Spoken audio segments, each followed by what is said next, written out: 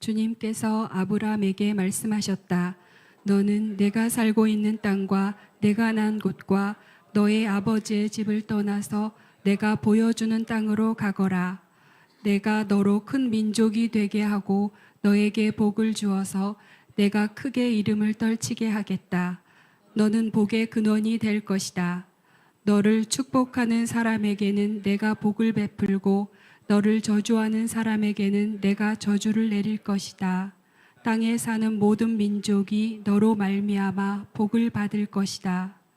아브람은 주님께서 말씀하신 대로 길을 떠났다. 롯도 그와 함께 길을 떠났다. 아브람이 하란을 떠날 때에 나이는 75이었다. 그 땅에 기근이 들었다. 그 기근이 너무 심해서 아브람은 이집트에서 얼마 동안 몸부쳐 살려고 그리로 내려갔다. 제가 서울에서 살아간 지 20여 년이 지났는데요. 아직까지 서울의 다리가 너무너무 많아서 제가 아는 다리는 한강대교 정도뿐인 것 같아요. 그런데 운전을 하고 어딘가를 여행하는데 전혀 불편하지 않는 것은 내비게이션이 있기 때문에, 그래서 스마트폰에 목적지만 정하면은 최적의 경로로 저는 어디든지 갈 수 있는 거죠. 만일에 스마트폰이 없이 다시 어떤 도움 없이 어디 먼 길을 떠나라 라고 하면은 저는 너무 두려울 것 같아요. 예전에 가평까지 1시간 반 거리를 7시간 걸린 적이 있었거든요. 그래서 먼 길을 떠난다라는 것, 그리고 모르는 길을 떠난다라는 것은 제게 너무 두려운 일인 것 같습니다. 그런데 하나님이 오늘 아브라함에게 너는 친척 아비 집을 떠나서 내가 지시한 땅으로 가라 라고 말씀하시는 거죠. 오늘의 본문은 하나님이 믿음의 조상이라고 하는 아브라함을 부르신 사건을 다루고 있는데요. 아브라함은 또 어떤 마음이었을까? 자기에게 익숙했었던 그 땅을 떠나서 어떤 마음으로 떠났을까? 저는 이런 생각들을 많이 했었어요. 오늘 본문에서는 하란에서부터 하나님이 이렇게 말씀하셨는데요. 사도행전에 보면은 스데반 집사의 설교를 들어보면은 메소포타미아에서 아브라함에게 하나님께서 이렇게 부르셨다라고 말씀하세요. 메소포타미아, 갈대아 우르, 이것은 다 이제 아브라함의 고향인 거죠. 그에게는 가까운 사람들, 그리고 적대적이지 않은 사람들, 또 위험을 감수하지 않아도 되는 사람들, 또 지리적인 이점, 여러 가지 관계적인 이점, 이 모든 것들을 가지고 있는 땅이었는데 그 땅을 떠나라라고 했을 때 모르는 길로 어떤 도움 없이 가야 했던 아브라함의 마음은 되게 당혹스러웠을 것 같아요. 그런데 그 성경에 보면요, 이 갈대아 우르에서 가나안까지 가는 길에 하란이라는 곳에 머물러 서게 되어요. 왜 하란에 머물러 썼는가에 대해서는 학자들 간의 의견도 되게 분분하거든요. 두려움 때문에 그랬을 수 있고, 기후 때문에 그랬을 수도 있고, 건강 때문에도 그랬을 수도 있고. 그런데 그 하란에서 머물다가 아브라함의 아버지인 데라가 죽고 난 뒤에 아브라함이 다시 떠나게 됩니다. 우리가 좀 유추해 볼 수 있는 말씀이 여호수아서에 있거든요. 여호수아 말씀을 잠깐 보면요, 여호수아 24장 2절에 너희 조상들이 강 저편에 거주하여 아브라함의 아버지 나홀의 아버지 데라가 다른 신들을 섬겼으나 라고 되어 있습니다.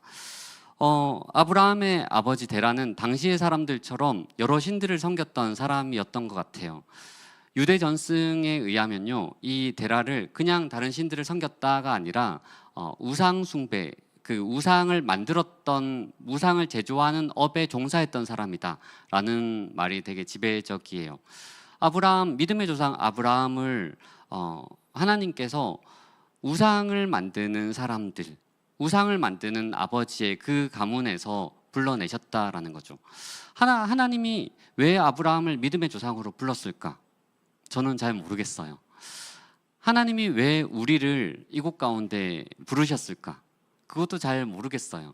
그런데 확신할 수 있는 한 가지는 뭐냐면 하나님이 아브라함을 부르셨을 때 그가 믿음 좋은 어떤 배경, 그 사람의 어떤 백그라운드, 이 사람은 괜찮은 가문에 있는 사람이구나 라고 해서 아브라함을 부르신 게 아니라는 거예요. 하나님이 아브라함을 부르신 것은 그분의 주권적인 선택이었다라는 거죠. 동시에 하나님이 우리를 이곳에 부르신 것은 하나님의 주권적인 선택이었다라고 할 수가 있는 거죠. 성경에 많은 하나님의 선택들이 나와요. 하나님이 이스라엘의 왕을 부르실 때 어떻게 부르셨냐면요. 그 마을에 한 마을에 되게 위대한 선지자 한 명이 왔어요. 그래서 그 마을이 완전 잔칫날이 된 거죠. 그래서 한 사람도 빠짐없이 그 잔치에 다 모여서 그 선지자와 함께 잔치를 벌였는데 유일하게 그 잔치에 초대받지 못했던 사람이 한 명 있어요. 그게 누구였냐면 다윗이었던 거죠. 그 마을에 하나도 빠짐없이 모두가 참여하는 그 잔치에 한 명 빠질 수 있는 그 선지자조차도 얘는 그냥 걸러 얘는 아닐 거야 라고 생각했을 수 있는 그 한 사람에게 하나님은 찾아와 오셔서 이스라엘의 왕으로 기름 부으셨다라는 거죠. 다윗이 시은 수많은 시편의 구절들이 있는데요. 그 시편의 구절들 중에 시편 18편은 다윗이 모든 원수들에게서 이제 살아나고 사울의 손에서도 다 살아나고 이제 한숨을 돌리고 난 뒤에 지난 시간들을 돌아보면서 지은 시가 시편 18편이에요. 그 시편 18편의 28절을 볼게요.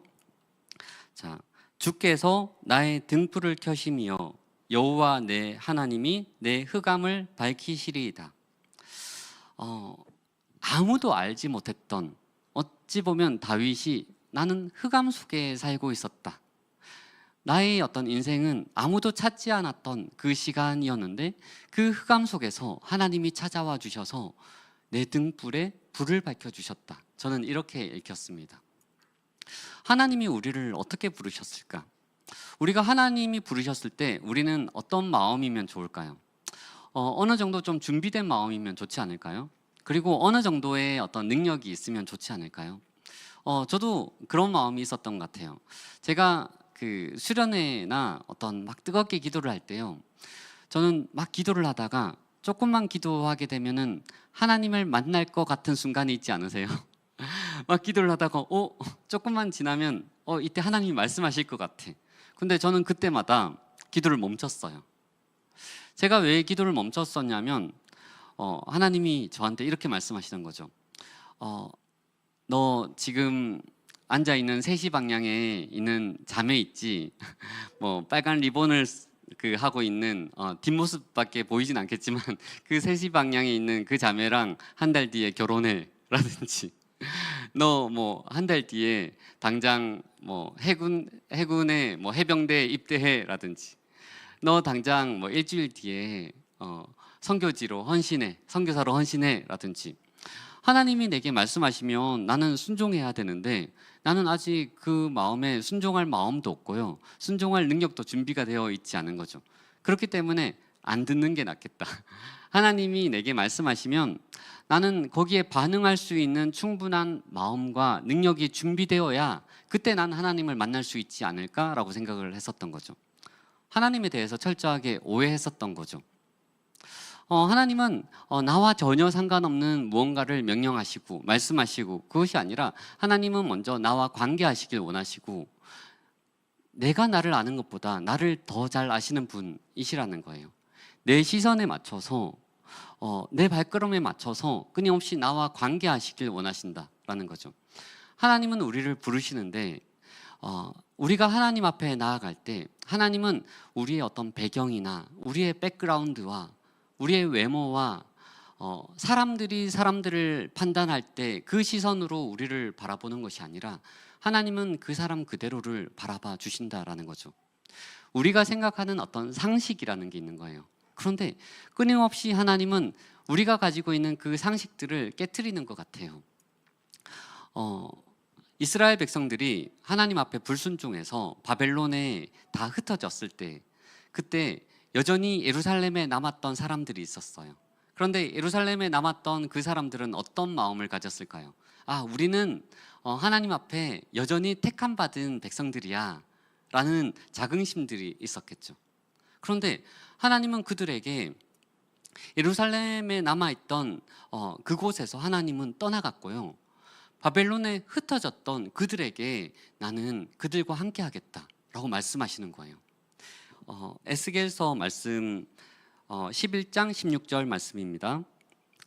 이방인 가운데로 쫓아내어 여러 나라에 흩었으나 그들이 도달한 나라들에서 내가 잠깐 그들에게 성소가 되리라. 그들에게 성소가 되리라. 이 말을 누구에게 했겠어요? 이 말을 예루살렘에 있는 사람들에게 이야기를 한 것이 아니라 흩어져 있는 사람들한테 내가 너희의 성소가 되리라. 이 성소라는 말은요, 각각의 성경에서 성막이라는 말로도 표현되고요, 하나님의 거룩한 곳. 그렇기 때문에 하나님의 임재를 우리는 생각을 할 수가 있는데, 흩어져서 도망한 그들에게 내가 너희와 함께 하겠다. 우리의 말로 다시 표현하자면 예수님과 동행하는 것, 흩어졌던 그들에게 내가 예수님과 동행하는 것, 너희와 함께 하겠다라고 말씀하시는 거죠. 믿음의 계보를 잇는 믿음의 어떤 그 가문, 대단한 무언가, 거기에서 믿음의 조상, 믿음의 아버지 아브라함을 불러낸 것이 아니라 우상을 만드는, 우상 제조업을 하는 그 가문에서 아브라함을 불러내셨고, 또 그것이 어떤 교회에서만, 우리가 예루살렘이라고 생각했을 때 물론 교회에 하나님의 임재가 있지만 그것뿐만이 아니라 하나님은 그곳이 누구이건, 너희가 어떤 배경이건, 그것이 교회 밖 어떤 일상이건 여전히 내가 너희와 함께 하겠다라고 하나님이 말씀하시는 거죠. 하나님은 오늘 아브라함에게 세 가지 약속을 하십니다. 그 약속은 창세기 12장 2절에 있는데요. 내가 너로 큰 민족을 이루고 내게 복을 주어 내 이름을 창대케 하리니 너는 복의 근원이 될지라. 큰 민족을 이루고 내 이름을 창대하게 하고 복의 근원이 되게 하겠다. 그런데 이 당시에 우리가 읽었던 본문에 있는데요, 아브라함의 나이가 75세예요. 그리고 이전 말씀에 있는데요, 아내 사례는 불임이었어요. 그래서 아이를 갖지 못한다라고 하는 거죠. 하나님은 약속하셨는데 이루어지기엔 불가능한 약속들이었다라는 거죠. 그런데 우리는 시간이 지나서요, 결과를 알 수 있어요. 결과를 알고 있어요. 제가 세움과 함께 그 당시에 되게 어마어마하게 인기가 있었던 어벤져스 엔드게임을 보러 갔었어요. 그때도 이지선 집사님도 같이 보러 갔었던 것 같아요. 그런데 영화를 보러 들어가는데 영화를 보고 나온 사람들이 타노스와 뭐죠? 누구지? 아이언맨 맞나요? 아이언맨이 다 죽었대요. 그래서 제가 영화를 보러 가서는 정말 힘이 없고 허탈하게 영화를 봤던 기억이 있습니다. 시간이 지나서 우리가 어떻게 될까? 어떻게 될까? 이 당시에 사람들은, 주인공들은 과연 이루어질까? 이렇게 궁금해하지만 시간이 지나서 결과를 알게 되면 우리는 또 다른 마음이 생기는 거죠. 조금 평온하게 그것들을 지켜보는 것 같아요. 제가 이스라엘에 갔을 때 예루살렘 가까이에 헤브론에 이 막벨라 굴이라는 곳이 있어요. 그게 그 아브라함이 그 자신의 아내 사레가 죽고 난 뒤에 값을 주고 사서는 그것을 이제 가족 묘지로 계속해서 사용했었거든요. 그런데 막벨라 굴에 가니까 되게 특이했던 점은 그 굴 하나를 두고요, 절반을 각각 무슬림이 통치하고 무슬림이 관리하고 그다음에 유대인들이 그것을 또 관할하는 거예요. 되게 특이하죠. 되게 예민한 민감한 지역이라서 그 벽면에 총탄 자국이 가득가득했었어요. 왜냐하면은 우리 개신교와 카톨릭까지 다 합친 기독교와 무슬림들과 유대인들 모두가 아브라함이 나의 믿음의 아버지라는 거예요. 믿음의 조상이라는 거죠. 시간이 지나서 우리는 이것들이 불가능하다라고 했었던 그 약속들이 이렇게 이루어졌구나를 알 수 있게 되는 거예요. 그리고 이렇게 가시적으로 드러나 보이는 것뿐만이 아니라 궁극적으로 성취된 것은 또 우리를 구원하신 그 예수님이 아브라함의 그 계보를 통해서 나신 거죠. 하나님의 어떤 약속들은요, 과연 이루어질까? 과연 이것이 가능할까? 그런데 아브라함이 이루어낸 것이 아니라 하나님이 스스로 하신 거라는 거예요. 저는 많은 청년들한테 이렇게 묻거든요. 많은 고민들과 아픔이 있는 사람들에게 하나님이 과연 약속하셨는가? 하나님이 너에게 약속했니? 하나님이 약속하셨다면 그 약속들은 하나님이 이루신다라는 거예요. 오늘 말씀의 가장 뒷부분을 보면요. 자, 창세기 12장 10절 한번 읽겠습니다. 그 땅에 기근이 들었으므로 아브라함이 애굽에 거류하려고 그리로 내려갔으니 이는 그 땅에 기근이 심하였음이라. 하나님이 아브라함을 불렀잖아요. 그런데 좀 뭔가 일이 잘 되어야 되는데 하나님이 부르셨는데 기근을 맞았어요. 우리의 현실과 참 비슷한 것 같아요. 우리가 하나님을 믿었는데 사실 인생이라는 것이 쉽지 않은 거죠. 스카펙이 이야기한 것처럼 인생은 고해다라고 이야기를 하는 것처럼 참 인생의 아픔이 있고 인생의 걸음들이 참 힘든 것 같아요. 그런데 성경에 참 비슷한 여러 가지 장면들이 있는데요. 예수님이 세례 받으실 때 사복음서에 여러 가지로 이야기를 하죠. 그런데 예수님이 세례를 받으실 때요, 막 하늘이 열리고 막 엄청 스펙터클하게 막 표현을 하는 거죠. 뭐 하늘에서 막 말씀이 있어요. 마가복음 1장 11절에 이런 말씀이 있죠. 너는 내 사랑하는 아들이라 내가 너를 기뻐하노라 하시니라. 그래서 막 성령이 비둘기같이 막 내려오고요. 막 정말 스펙터클한 이런 장면이 딱 벌어지고 난 뒤에 우리가 1장 11절 말씀을 읽었잖아요. 그 다음에 바로 1장 12절 말씀이 어떻게 이어지냐면 성령이 곧 예수를 광야로 몰아내신지라. 얼마나 당황스러운 말씀이에요. 되게 멋진 것처럼 하나님이 내가 너를 사랑한다 라고 했는데 그 다음에 바로 이어지는 장면들은 성령님이 예수님을 광야로 내모시는 거예요. 저는 이 말씀이 도리어 저한테 되게 많은 위안이 되었어요. 성경은 되게 현실적인 거죠. 성경은 비현실적인 것을 다루는 것이 아니라 우리의 정말 매일매일 만나는 그런 현실들을 정말 극명하게 말씀을 통해서 우리 가운데 표현하는 거예요. 우리가 믿음의 조상 아브라함이 기근을 만난 것처럼 그들의 직계 자손들도 여전히 계속해서 기근을 만나게 되어요. 그의 아들 이삭도 기근을 만나게 되고요. 또 야곱도 에서를 피해서 또 도망하게 되고, 또 그들의 또 자녀들도 요셉도 형들에 팔려서 애굽에 쫓겨나게 되고, 또 그 가문들도 다시 애굽으로 기근 때문에 떠나가게 되고, 끊임없이 인생 속에서 기근과 환난과 아픔들이 이어지는 거죠. 그런데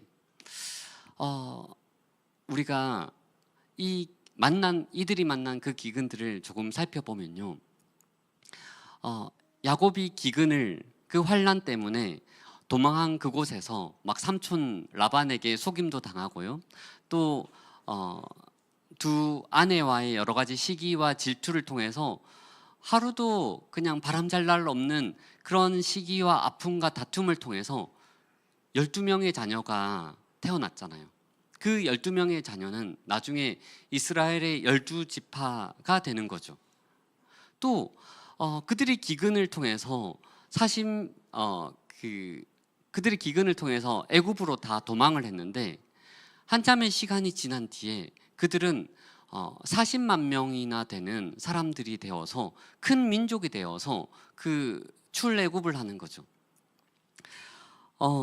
모압 왕에게 그 사주를 받아서 그들을 저주하라라고 했던 발람이 이렇게 고백을 했죠. 그들의 수가 헤아릴 수 없게 많아졌다라고. 그들은 그저 기근을 당했을 뿐인데 그 기근조차도 하나님의 뜻 가운데 있었고 하나님의 뜻을 이루는데 이것들이 막지 못했다.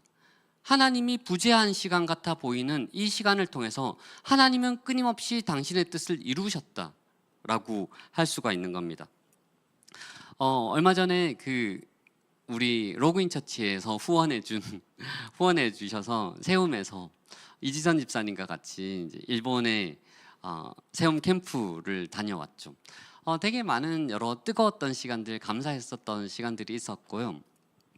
그리고 난 뒤에 돌아오는 날에 비행기가 연착이 되어서 공항에서 한 1시간 정도 바닥에 주저앉아서 1시간 동안 아이들과 이런저런 막 이야기들을 했었어요. 그때 이지선 집사님과 같이 이렇게 둥글게 앉아서 나눴던 이야기가 사실은 우리들의 기근의 이야기였었어요. 이지선 집사님은 왜 이렇게 내가 늦게 공부를 할 수밖에 없었는지 뭐 이런 이야기들을 막 했었었고요. 저도 제가 수능에서 그 답안지를 다 밀려 쓴 이야기라든지 아니면 가고 싶었던 대학에서 신체 검사에서 떨어졌던 얘기라든지 그런 이야기들을 했었었는데 나중에 아이들이 또 하나이가 나중에 연락이 와서도 이렇게 울면서 그때 해줬던 얘기가 내게 너무 고마웠다라는 거예요. 다시 힘을 낼 수 있는 용기를 내게 해줬다. 너무 고마웠다라고 이야기를 하는 거죠. 우리가 경험한 여러 가지 기근들은요, 되게 아팠죠. 되게 아팠는데 또 그 시간이 지나 보면요, 그 시간 안에 여전히 하나님이 우리의 삶 가운데 일하셨구나를 알게 되는 거예요. 헨리 나우웬이 이야기한 것처럼 상처 입은 치유자라고 이야기를 하는 것처럼 우리가 경험한 수많은 그 기근은 하나님이 부재한 시간이 아니었다라는 것을 나중에 고백할 수 있게 되는 것 같습니다. 그런데 우리가 기억하면 좋을 것 같아요. 방금 얘기했던 기근을 통해서 뭐 12지파가 만들어졌고 뭐 40만 명이 뭐 만들어졌고 뭐 이런 여러 가지 결과들을 이야기할 수 있지만 결국 오늘 본문에 돌아가면요, 결국은 부족하고 실수 많은 한 사람 아브라함이 있는 거죠. 오늘 우리가 다 읽은 본문은 아니지만 우리가 기근을 통해서 아브라함이 어떤 실수를 막 했는지, 자신의 아내를 막 누이라고 뭐 속였든지 수많은 어떤 실수와 사고를 쳤던 그 한 사람이 있는 거예요. 그런데 그 한 사람을 성경은 끊임없이 언급하세요. 그 한 사람을 통해서 하나님이 어떻게 일하시는지, 그 한 사람을 통해서 하나님의 나라를 어떻게 여시는지, 제가 한 사람이 어떻게 하나님의 나라를 여는 열쇠가 되는지는 다음에 홍정호 목사님이 휴가 가셨을 때 혹시라도 저를 또 시키면 제가 막 심장이 지금 콩닥콩닥거리고 있거든요. 그때 다 나누도록 할게요. 그런데 어찌됐건 한나의 어떤 작은 기도를 통해서, 한나라는 그 기도를 통해서 흑암 속에 있었던 이스라엘이 다시 사무엘이라는 어떤 선지자, 빛을 열 수 있는 선지자가 되는 것처럼, 또는 뭐 수많은 어떤 애굽의 그 무서운 어떤 명령들 속에서 산파라는 한 두 사람을 통해서 이스라엘이 다시 구원의 길들이 열리는 것처럼 하나님은 끊임없이 한 사람을 통해서 하나님의 나라가 열리는 것들을, 또 사람들이 회복되는 것들을 말씀하시는 것 같아요. 아까 그 일본 캠프 이야기를 조금 더 하면요, 저희가 일본의 그 세움에 있는 아이들과 함께 갔을 때 너무 뜨거웠던, 좋았던, 기억나는 장면들이 많아요. 그런데 그 중에 하나 기억나는 장면이 고향의 집이라고 하는 제일교포 어르신들을 섬기는 곳이 있었어요. 근데 우리 아이들이 그곳에 가서 그 어르신들과 함께 시간을 보냈는데 사랑은 보이지 않잖아요. 그런데 보이지 않는 사랑이 그 시간을 통해서 눈에 보이는 것 같아서 너무 감격스러웠어요. 헤어질 때 103세 되는 할머니가 이렇게 이야기하셨어요. 이 아이들과 함께하는 시간이 너무 좋아서 화장실 가는 시간이 너무 아까웠어요. 화장실 가는 시간이 너무 아까워서 나는 화장실 가는 것도 참았어요. 그렇게 이야기를 하는 거예요. 우리 아이들은요, 또 부모님이 수용되었기 때문에, 수감되었기 때문에 본인의 뭐 효능감이라고 할까? 내가 할 수 있는 것들이 무엇이 있을까를 생각을 했는데 자신의 존재를 통해서 사랑을 나눌 수 있다, 라는 것들을 경험하면서 너무 좋았던 시간, 아이들에게도 그 어르신들에게도 너무 좋았던 시간이었겠죠. 이 고향의 집이라고 하는 이곳은 또 어떻게 만들어졌을까요? 여기에 제가 이제 고유명사들이 몇 개 나와서 제가 암기력이 떨어지거든요.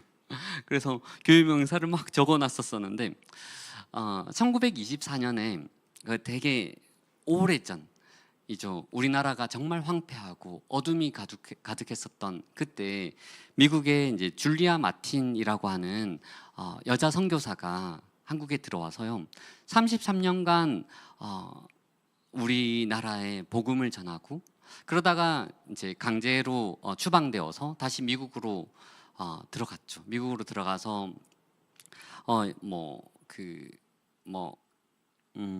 영양실조와 여러 가지로 이제 돌아가시게 되었어요. 그 한 사람이 있었었는데 또 13세의 가장인 윤치호라는 아이가 있었었는데 이 윤치호라는 이 아이가 이 선교사님에게 예수님을 듣게 되고 복음을 받아들이게 되었어요.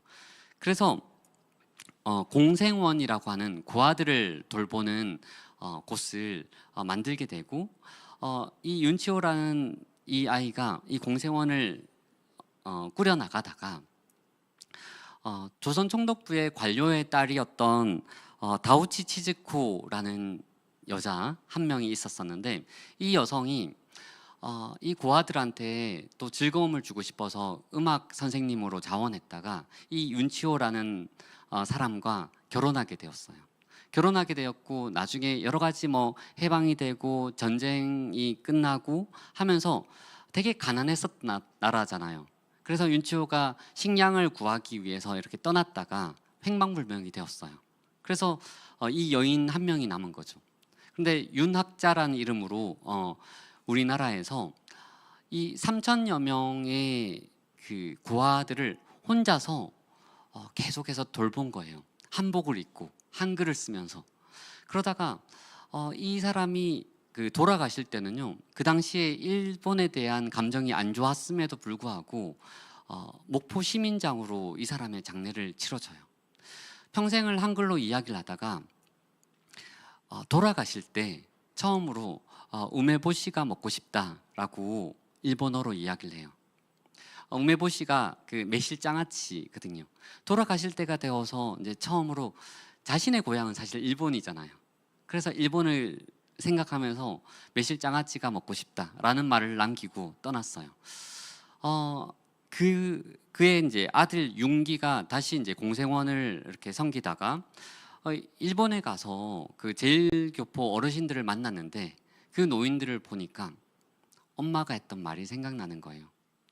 마지막에 우메보시가 먹고 싶다라고 하면서 고향을 그리워했었던 엄마가 생각이 나서 이 일본에도 여전히 한국을 그리워하는 이 사람들이 있지 않을까라고 해서 시작한 게 고향의 집이었던 거예요. 우리가 하나를 보고 나면은 이 한 개의 그 사건과 한 개의 사건들은요, 이걸 어떻게 만들었지? 대단하다라고 생각을 하지만 그것을 거슬러 올라가면요, 그 한순간 한순간에 하나님은 그 한 사람 대단하지 않지만 지금 또 실수할 수 있지만 또 보잘것없고 하지만 그 한 사람을 하나님은 우리 가운데 말씀하시는 거예요. 그 한 사람이 우리일 수도 있고요, 또 그 한 사람이 우리가 만나는 그 한 사람일 수가 있다라는 거예요. 하나님은 아브라함에게 너는 복의 근원이 될지라 땅의 모든 족속이 너를 인하여 복을 얻을 것이다 라고 말씀하셨죠. 그런데 하나님은 이렇게 약속하셨고 아까 살펴본 것처럼 하나님은 약속하신 것을 다 성취하셨죠. 이루셨죠. 그런데 사실은 저는 이 말씀을 읽으면서 되게 마음이 타들어갔었어요. 되게 아팠고 또 눈물도 흘렸어요. 왜 그랬냐면 하나님은 약속하신 것을 이루셨지만 지금 아브라함은 그 성취들을 사실은 보지 못했거든요. 하나님은 약속하셨지만 100세에 이삭을 낳는 것에서 그 나머지 여러 가지 하나님의 약속들에 대해서는 보지 못했었거든요. 하나님은 약속하셨지만, 그리고 믿음으로 반응하려고 했지만 끊임없이 넘어지고, 우리의 현실은 여전히 절망 가운데 있고, 우리의 관계는 깨어지고, 나는 믿음 앞에서 하나님의 약속 앞에 반응하려고 했지만 도대체 믿음이라는 것이 신기루처럼 잡히지도 않아서 지금 내가 뭐 하고 있는 것인가? 우리가 은혜를 받고 나면 돌아가면요, 여전히 허기를 느끼고 빈자리를 느끼고, 도대체 하나님은 약속하셨는데 나는 그 하나님의 약속 앞에서 어떻게 반응해야 되는가라는 거죠. 하나님이 약속하셨으면 나는 그 하나님의 약속 앞에서 그 약속의 성취가 언제인지 그것만을 지켜봐야 하는 건가? 그래서 천사들이 와서 내년에 너는 임신할 거야, 아이를 가질 거야 라고 했는데 사례는 그 이야기를 듣고 그냥 웃었는지 모르겠어요. 이 말들이 우리의 일상을, 지금 우리가 살아가는 일상 속에서 신기루처럼만 느껴질 때가 많으니까. 하나님은 우리 가운데 말씀하시는데 우리는 하나님 앞에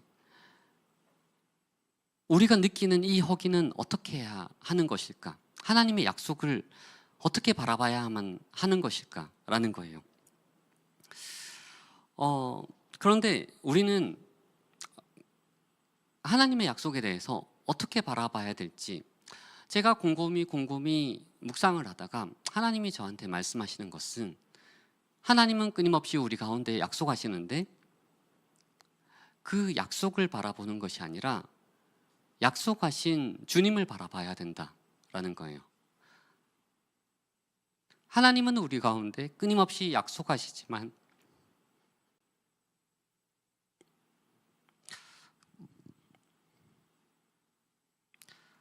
그 약속이 아니라 약속하신 주님을 바라봐야 된다.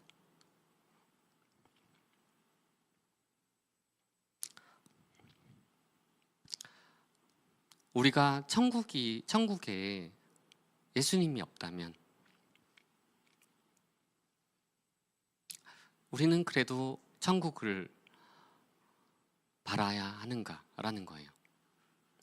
예수님 없는 천국을 우리는 꿈꾸어야만 하는가? 하나님이 약속하셨는데 약속의 성취는 우리 가운데 있어도 하나님이 없어도 된다면, 하나님이 없어도 되는데 성취만 있으면 우리는 그것에 대해서 기뻐할 수 있는가? 이스라엘 백성들이 불순종해서 하나님이 모세에게 이렇게 말씀하셨어요. 너희가 가나안 땅을 원하지? 약속의 땅을 원하지? 그래, 줄게. 하지만 나는 거기에 같이 하지 않을 거야. 나는 거기 가지 않을 거야. 하나님이 우리 가운데 그렇게 말씀하시면 내가 너한테 약속할게. 하지만 거기에 난 없을 거야 라고 말씀하시면 우리는 여전히 그 약속을 기다려야만 하는가? 라는 거예요. 우리는 물론 하나님의 약속과 하나님을 분리시킬 수는 없어요. 떨어뜨려 놓을 수는 없어요. 하지만 그럼에도 불구하고 우리가 기억해야 되는 것은, 하나님은 우리 가운데 약속하시지만 우리는 약속을 꿈꾸는 것이 아니라 약속하신 주님의 얼굴을 바라봐야 된다라는 겁니다. 앞서 말씀하신 것처럼 한 사람은 정말 보잘것없는데 하나님은 끊임없이 우리 가운데 한 사람을 말씀하시고요, 그 한 사람이 우리일 수도 있고 또 우리가 만나는 사람일 수 있습니다. 그러면 우리는 그 한 사람에게 어떻게 하면 좋을까요? 제가 많은 시간 제 마음에 두고 있었던 말씀이 있었는데요, 빌립보서 2장 13절 말씀입니다. 너희 안에서 행하시는 이는 하나님이시니 자기의 기쁘신 뜻을 위하여 너희에게 소원을 두고 행하게 하시나니. 우리 안에 하나님이 계시는 거예요. 그런데 자기의 기쁘신 뜻을 위하여 내 안에 소원을 두신대요. 그리고 그것을 행하신대요. 그렇다면 하나님, 오늘도 내 안에 계신 하나님, 내 안에 당신의 기쁘신 뜻을 소원으로 주세요. 그리고 그것을 이루어 주세요 라고 기도했었어요. 그때 제가 하나님께 물었던 많은 질문들이 있었는데 그 중에 하나가 구제가 무엇입니까? 였었어요. 구제가 무엇입니까? 제가 뭐 툭하면 사람들이요 저한테 이것 도와달라 이것 도와달라라고 해서 한 번은 치과에 갔다라고 제가 글을 썼더니 치과에 갈 돈은 있고 자기 도와줄 돈은 없느냐고 그러기도 해서 도대체 구제가 무엇입니까? 라고 물었었는데 하나님이 들여다보게 하신 것은 사도행전 3장 말씀이었어요. 사도행전 3장에는 성전 미문이 아름다운 문, 성전 미문의 앞에 걷지 못하는 구걸하는 사람이 있었는데 베드로와 요한이 일어나 지나가다가 주목하여 보고는 이렇게 말씀했죠. 내게 은과 금은 없거니와 내게 있는 예수 그리스도의 이름으로 일어나 걸어라. 그랬더니 이 사람이 성전이 된 거예요. 성전이 된 거예요. 성전 미문 아름다운 문 앞에 구걸하는 누추한 풍경이 고린도전서 3장 16절에는 이렇게 말씀하시죠. 너희가 하나님의 성전인 것과 하나님의 성령이 너희 안에 거하시는 줄 알지 못하느냐. 예수님을 믿고 예수님이 거하시는 성령님이 거하시는 성전이 된 거예요. 성전의 아름다운 문 앞에 있는 누추한 풍경이 성전의 아름다운 문보다 더 아름다운 성전이 된 것, 이것이 진정한 구제야. 하지만 고르반을 주의할 것. 고르반은 뭐냐면 이거 그 부모님께 드려야 되는 거 이거 하나님께 드렸습니다 이렇게 말하면 드리지 않아도 되는 편법 이런 거죠. 그러니까 실제적인 구제도 주의할 것 이런 거죠. 그러면서 하나님이 내가 안고 내가 손잡고 기도하는 사람들마다 이렇게 세워주시겠다라고 말씀하시는 거예요. 약속하시는 거예요. 그런 감동이 있는 거죠. 그래서 제가 막 길을 걸어가면서 하나님 누구를 안고 기도해 줄까요? 누구를 잡고 기도해 줄까요? 왜냐하면 하나님이 그 사람을 이렇게 세워주신다라고 약속하셨으니까. 그런데 되게 거짓말처럼 강남역 근처에 구걸하는 걷지 못하는 사람이 있는 거예요. 그래서 제가 그 사람에게 가서 고르반을 주의할 것 해서 얼마의 돈을 드리고 하나님이 약속하셨으니까 뭐 이렇게 기도를 하면서 뭐 이렇게 기도하진 않았겠죠. 내게 은과 금은 없거니와 내게 있는 예수 그리스도 이름으로 명하노니 일어나 걸어라. 어쨌든 기도를 했어요. 하나님은 내가 기도하는 사람들마다 일으켜 세워주시겠다라고 약속하셨잖아요. 그리고 저는 기도를 했고 이 사람은 어떻게 되었을까요? 믿음이 없으세요? 이렇게 이 사람 하나님은 약속하셨고요. 저는 기도를 했고 그런데 그 사람이 어떻게 되었는지 저는 알지 못해요. 왜냐하면 기도하고 지나쳐서 그냥 갔거든요. 우리가 많은 경우에 기도하지 못하는 이유는 내가 기도했을 때 아무 일도 벌어지지 않으면 어떡하지? 내가 기도했는데 이 사람이 일어나지 않으면 어떡하지?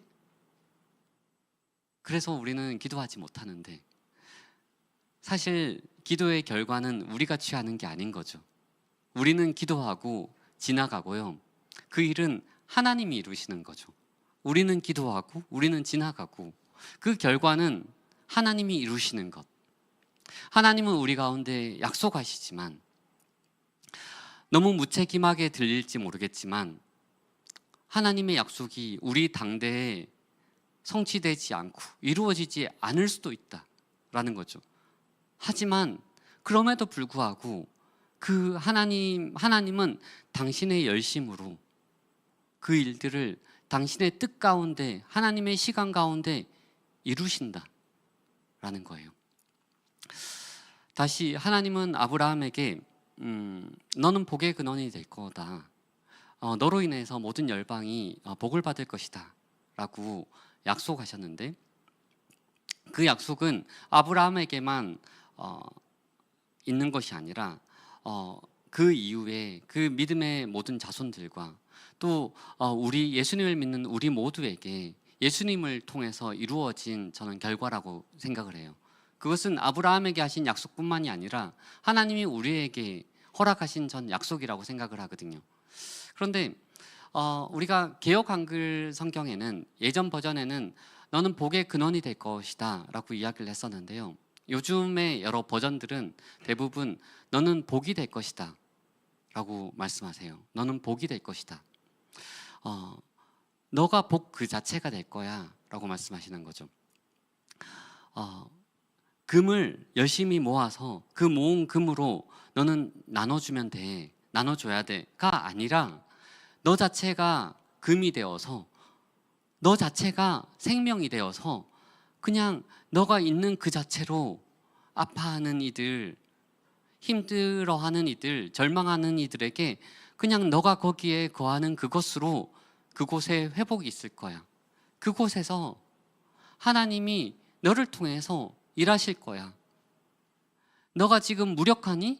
그렇다면 너의 무력함을 통해서, 너의 힘없음을 통해서, 너의 연약함을 통해서 나는 강한 자들을 부끄럽게 만들 거야. 너희가 연약하다면 그것은 나의 영광이 될 거야 라고 말씀하시는 거죠. 하나님은 오늘 우상 숭배하는 가문에서 아브라함을 불러내셨죠. 그리고 그 약속들은 아브라함이 이루신 것이 아니라 하나님이 이루셨어요. 그리고 또 그 길 위에 우리는 기근을 만날 수 있습니다. 그런데 또 그 기근을 통해서 우리는 이 시간에도 하나님이 나와 함께 하시는구나, 하나님을 또 더욱 경험할 수 있습니다. 하나님은 또 이렇게 말씀하셨죠. 우리 안에 하나님이 계신데 우리에게 당신의 기쁘신 뜻을 위하여 소원을 두고 그것을 이루신다라고 약속하셨습니다. 하나님이 아까 말씀드렸던 것처럼 하나님이 아브라함에게 약속하셨던 것처럼 동일하게 우리에게도 약속하셨습니다. 너는 복의 근원이 될 것이다. 너는 복이 될 것이다. 너로 인해서 모든 열방들이 복을 받을 것이다. 그것은 우리를 통해서 하나님 당신의 기쁘신 뜻을 이루어 달라고 우리가 그렇게 소원했으면 좋겠고요. 거기서 더 넘어가서 하나님은 약속하셨지만 그 약속이 아니라 하나님의 얼굴을 바라보게 해주십시오. 우리가 그렇게 기도했으면 좋겠습니다. 우리가 함께 찬양했으면 좋겠는데요. 주님여 이 손을 이라는 찬양인데요. 제가 거의 한 20년, 30년 틈만 나면 길을 걸어가면서 불렀던 찬양이에요. 이 찬양의 가사를 잘 기억하시고 기도 제목처럼 여러분들도 우리가 살아가는 인생을 생각하면서 함께 불렀으면 좋겠습니다. 이 찬양을 함께 올려드리며 우리의 마음과 우리가 준비한 예물도 함께 올려드리겠습니다. 함께 찬양하겠습니다.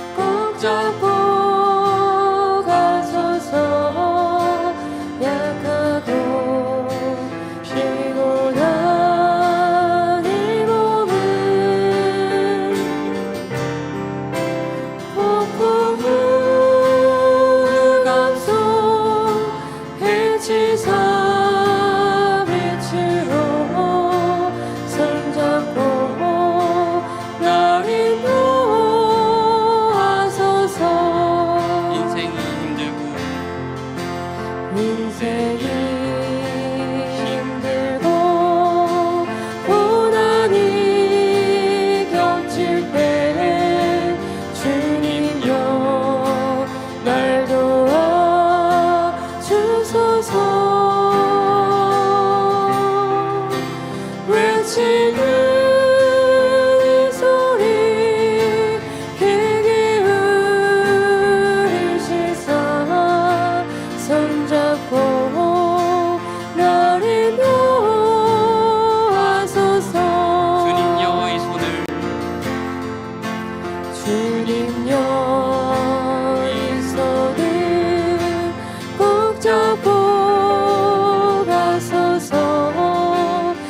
약하고 피곤한 이 몸을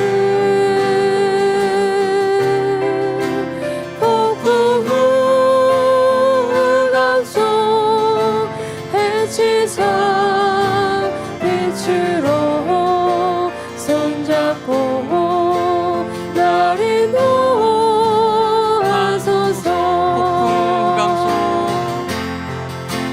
폭풍 흑암 속 해치사 빛으로 손잡고 날 인도하소서.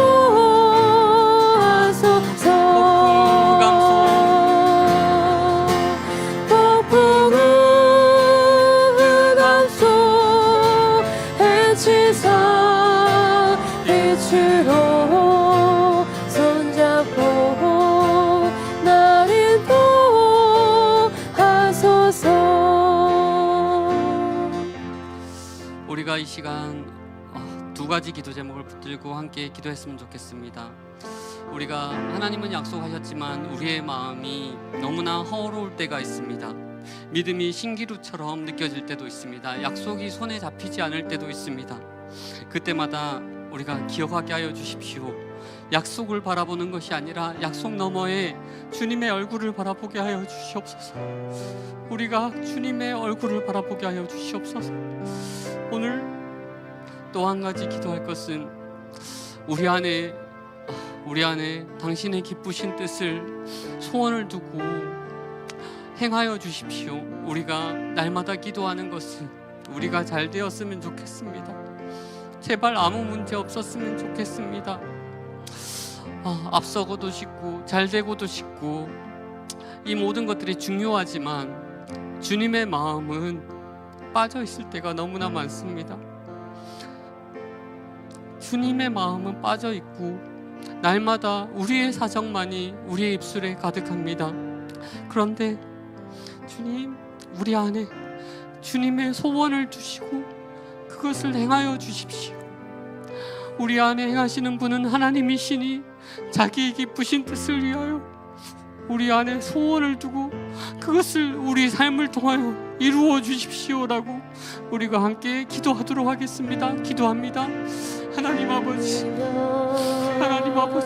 우리 안에 수많은 약속들이 있지만 그 약속들을 붙잡게 하여 주시옵소서. 우리가 절망하고 넘어질 때마다 기억하게 하여 주시옵소서. 절망을 묵상하는 것이 아니라 아픔을 묵상하는 것이 아니라 주님을 바라보게 하여 주시옵소서. 주님의 얼굴을 바라보게 하여 주시옵소서. 하나님, 우리 성도들과 수많은 아픔들이 있습니다. 수많은 절망들이 있습니다. 그때마다 하나님 믿음이 신기루처럼 느껴질 때가 있습니다. 기억하게 하여 주시옵소서. 아버지, 약속 너머에 주님을 바라보게 하여 주시옵소서. 하나님, 우리의 기도들이, 우리의 사정들이 하나님 우리 입술에 가득합니다. 주님, 우리의 기도들을 하나님께 드리지만 동시에 주님의 뜻을 기도하게 하여 주시옵소서. 하나님의 나라와 의가 우리 입술에 있게 하여 주시옵소서. 주님의 마음을 우리 마음 가운데 두셔서 그것을 이루어 주시옵소서. 손잡고 날 인도하소서. 하나님, 우리가 잘 알지 못하는 모르는 길을 걸어갈 때가 너무나 많습니다. 우리가 믿음의 길로 걸어간다라고 하지만 그때마다 손에 잡히지 않는 것들, 아버지, 걸어갈 때마다 기근을 만날 때마다 아파할 때가 너무나 많습니다. 그래서 믿음이 신기루처럼 느껴질 때도 많고 이렇게 살아가는 것, 이렇게 믿음으로 살아가는 것이 무슨 소용이 있느냐고 우리 마음 가운데 의심이 들 때가 있습니다. 하나님, 우리가 약속을 바라보며 걸어가지만 약속을 바라보고 약속의 성취만이 아니라 약속 너머에 약속하신 주님을 바라보게 하여 주시옵소서. 하나님, 우리 안에 수많은 기도들이 있었습니다. 일주일간에도 수많은 아픔과 넘어짐과 절망들 속에서 하나님 제발 우리를 구원하여 주십시오라고 우리가 기도를 드립니다. 하지만 그 기도뿐만이 아니라 우리 입술에 주님의 마음도 있게 하여 주시옵소서. 우리 안에 행하시는 분은 하나님이시니 자기의 기쁘신 뜻을 위하여 우리 안에 소원을 두고 그것을 행하여 주십시오. 우리의 인생을 통하여서 내 뜻만 이루고 내 뜻만 구하는 것이 아니라 하나님, 우리의 작은 삶을 통하여서 하나님 아버지의 뜻이 이루어지게 하여 주시옵소서. 우리의 걸음을 통해서 하나님의 뜻이 이루어지게 하여 주시옵소서. 아브라함이 실수하고 넘어지고 또 절망할 때가 있지만 괜찮습니다. 왜냐하면 하나님이 택하셨기 때문입니다. 하나님, 우리도 매일매일 걸어가면서 실수하고 넘어지고 좌절할 때가 많지만 하나님이 우리 가운데 말씀하십니다. 괜찮다고, 내가 너를 택하였다고. 하나님의 마음을 가지고 우리가 걷게 하여 주시고, 걸을 힘이 없다면 그냥 십자가 그늘 아래서 울게 하여 주십시오. 예수님 안에서 그저 머물게 하여 주십시오. 그것이면 하나님 충분합니다. 하나님, 그것이면 충분합니다. 하나님, 우리가 또 예물 들고 왔습니다. 그 예물이 하나님의 나라와 의를 이루는데 온전히 쓰여지게 하여 주시옵소서. 하나님, 가정마다 또 드린 손길 위에 하나님, 그들의 가정 가운데 드린 기도 가운데 하나님 응답하여 주시되, 하나님의 응답이 하나님의 얼굴이 되게 하여 주시옵소서. 그들의 마음 가운데 하나님의 비치는 빛이 그들 가정 가운데 가득하여서 어둠들이 떠나가게 하여 주시옵소서. 하나님, 이 예배를 통하여 하나님 영광 받아 주십시오. 예수님의 이름으로 기도드립니다. 아멘. 기도하겠습니다. 이제는 우리 주 예수 그리스도의 은혜와 하나님 아버지의 사랑과 성령의 교통하시고 동행하심이 모르는 길을 걸어도 괜찮다고 말씀하시는 주님의 말씀을 붙들고 나아가는 우리 로그인처치 모든 성도들과 또 온라인상의 주의 백성 위에 이제로부터 영원토록 함께 하시기를 축원하옵나이다. 아멘.